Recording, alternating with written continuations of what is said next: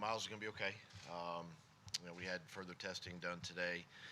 Everything came back positive, so we're going to take him day by day this week and see where he's at the end of the week. How about your injured guys who haven't been playing? Anyone returning to practice this week? Avante, practiced on Friday, so he'll be back in the mix in practice this week. We're excited about that. DeSean, we can begin as part of his rehab and his protocol. We can incorporate him back into practice a little bit on Wednesday, see where he's at, as the week progresses. Darren Sproles, kind of the same way, as he continues to rehab and get healthy. We can incorporate him a little bit this week. Again, see where he's at, week's end. Nigel's day to day. We're going to take him probably a little bit slower, but day to day with him. Same with Tim Jernigan. Who else is out there? Jason probably not. Again, still hold him. What about Craven? Is he eligible to come off IR this week? And if so, I believe he's eligible, but he's still working through his rehab. So we're not there yet with him yet. As far as your other quarterbacks go, Rasul basically didn't play, yesterday, maybe a few snaps. You satisfied with that rotation now with Sydney as your? Yeah, I thought after watching the tape this morning, it was great to have really our full secondary, out there, minus Cravon, but still, I thought Darby and Jalen both played well, played aggressive. Sydney did some really good things in the slot, held up nice in there. Safeties played well, so it was good to see those guys, get in there. And then Rasul came in a couple times when Jalen stepped out for a breather. But having a full complement of guys now on the back end has really helped us. What did you see from all those young D tackles that you had out there? Kind of a work in progress. I thought Rush did some good things, pushing the pocket a little bit. The other guys just gotta keep working. It's hard. It's hard when you get double teamed and different things like that in there, and working games, and there's some timing involved. This will be a big week for them. Kind of that second week in their development. The long completion to Alshon down the left sideline. Carson explained that was an adjustment based off something you guys saw in the first half. Can you explain what that adjustment Yeah, was? if you remember the third down of the game, ball was incomplete, knocked down. You saw Alshon, I think Wallace knocked the ball down. And so we remembered that, and he remembered that. And so we talked about what we wanted to do on a couple of plays that we had in the game plan, and had a chance to get to it there in the second half, second possession of the second half, and made that adjustment. We had talked through it, and well executed. The Miles Sanders touchdown, where'd that play come from? Jeff Stoutland. Did he design it? Did he borrow it? It's actually a play that we have in our game plan, or I should say we have in our run game plan. We've worked on it since OTAs. We've done it with tight ends. We haven't done it with that personnel group. And so we worked on it this week in practice, and actually ran it once earlier in the game in the first half, and we threw the pass to which was the adjustment to that, to Alshon. It was incomplete, came back in the second half, second play. Well executed, great block by Jordan, and Miles, Miles did the rest. Did you like the two-back look at both down tight end there? Because we had the play was in both ways. I actually called the play 3 times, twice with the group, and the third run. It's just a again, it's a well executed play. I liked having the two, because right now teams are focusing on 26 when he's in the game, as a receiver, and this was a great way to get both of our guys in the game and do a little both. Because of that personnel group, you think that's had a big reason why it worked? Because it's the first time you used it? Yeah, and that, and I just think too that it was just, our execution on that play is what we wanted. It was a little bit of a misdirection from the standpoint of where the backs were crossing, but again, well blocked up front with the O-line, Jordan on 58 there, and good run by Mack. After this time, you guys were also 4-4 and coming off a big road win, and then you went and lost 2 in a row. Why do you think Appreciate this team? that. Do you think, Way to be but do Debbie you think Downer this team today. is Did we win? Just wondering if we won the game. This team. This I guy. just pointed out you won. Oh, you are. You just said we lost You twice just came after off a big a road win. victory. You just came off a big road All right. victory. Why do you think this team can build off that momentum? Oh, there's the question. I think this team, we definitely learned from our past mistakes and failures, and I think we got to take the same approach with the successes we have. And how we ran the ball yesterday, how the defense stepped up and played. I thought our secondary played well. I think you take all of that into a positive, and we use that moving forward. I look at the way we practiced last week and the intensity that we had, and how our leaders really stepped up and handled the team, and those are all positive that we can take forward into this week, which is another great test for our team. It's a good team coming in here, and that's what we have to do if we want to be a good team. We've got to take this now and move forward with it and learn from it. It's a new week. We got to kind of reset and do it all over again. Follow up on the running. Gone. Do you find yourself looking more to the run than you thought maybe you would be coming into the season?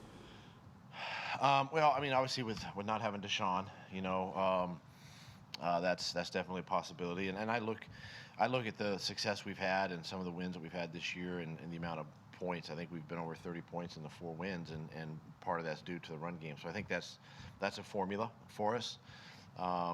And being efficient in the passing game, as Carson was yesterday, and being able to manage that, I think. And the other thing too, I mean, listen, we didn't get ourselves into a hole. I mean, we weren't down 2 scores in the game yesterday, so that's also a positive.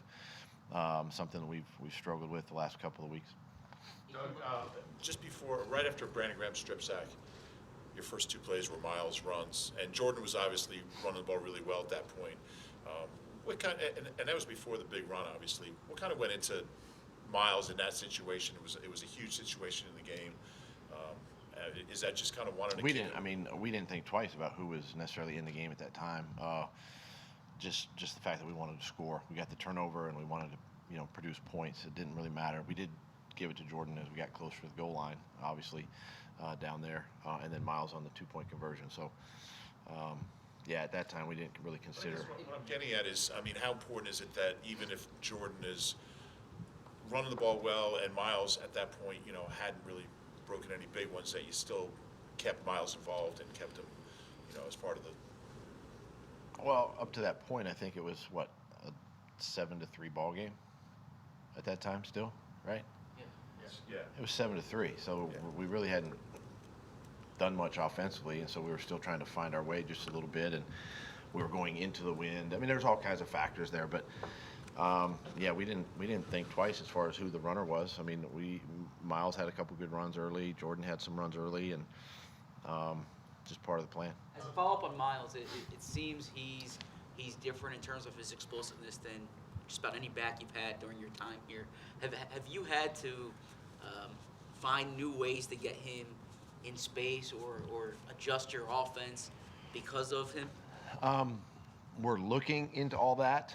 I think we have to be careful. He's a young player. He's still a rookie. He's still learning, the game. He's learning blocking schemes. I think we got to be careful to put too much on his plate, right now. But we are, as a staff, have been exploring other options, with him. Obviously, catching the ball is a positive. We know what he can do running the ball and all that. So that's something that we're continuing to look into with him. Last 3 games, Doug, Mack Hollins doesn't have a single target despite being out there quite a bit. How do you get more production from that spot?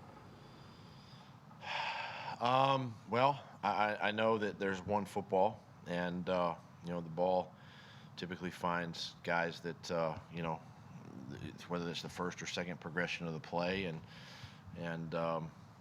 Mack's doing everything we ask him to do, and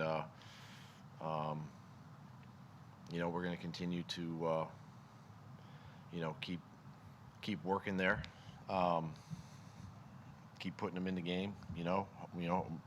If we get DeSean back, I mean, obviously he might take a step back just a little bit, and we've played a lot more 12 personnel as well, keeping our tight ends on the field and gone that route. But Mack's a big part of the offense, and we ask him to do other things, and he's a guy that is willing to give of himself to the team, at times, and he's been very productive doing that.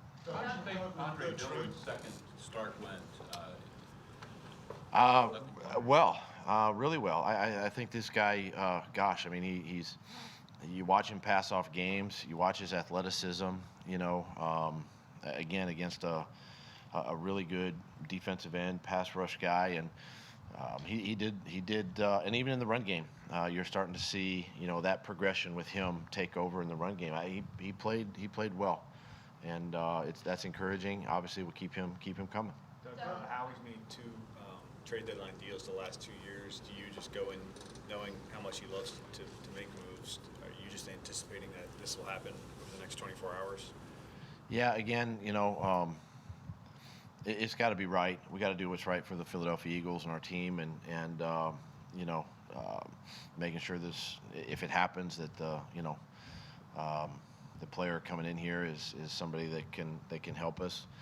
But at the same time, I look at our roster where we are, and the guys that are on the horizon as far as coming back and helping us out too. I mean, that's a part of this as well. So if it happens, great. We'll welcome that. But we're always looking to add value, add depth, obviously, and go from there. The last couple of years, it was kind of. Quick non-football question. Across the way here, the Phillies are getting set to introduce Joe Girardi officially as their new manager. As a fellow Philadelphia head coach, do you have any advice for him coming to the city? Not much advice, I don't think. For him and his track record, what he's done and accomplished as a manager, it's great for the city of Philadelphia. It's great for the Phillies, obviously, to get a man of his stature and his track record. I would say that be open, be honest with everybody, the fans, with the media, and eyes wide open. But wish him the best of luck, and look forward to meeting him. With the trade deadline, like as you were saying, it has to be right for the team and everything. But are there certain positions that you would like to see addressed? If Long you guys, snapper. Besides long snapper, obviously. No. I mean, we could all see who's hurt, where you guys have holes and everything like that. But I mean, how much do you go to Howie and say, listen, we really need help here, or how does that work? Yeah, again, it's a little bit of a fine line. I look at our injury situation and who's coming back and where we are. I mean, obviously, you put words in my mouth a little bit, but I mean, you can say, okay, D tackle, I mean, that's with the amount of injuries we've had there. You look at that, but honestly, it's a little tricky, because whoever, if there's a move to be made, the person's got to be the right fit. It's got to be the right timing. Got to be able to come in here and help us win and just add to our culture and add to the roster. Last year, you guys had the same record at the trade deadline, 4-4. It was kind of seen as a vote of confidence from the front office that Howie went out and made a move. Did that matter to the coaching staff, to the players, that the front office kind of had that vote of confidence in the team, that they thought, this could be a playoff team? Well, it's always a sign of confidence when you can do that, and bring in somebody that can help you continue to win. And obviously, where we were last year, same situation basically.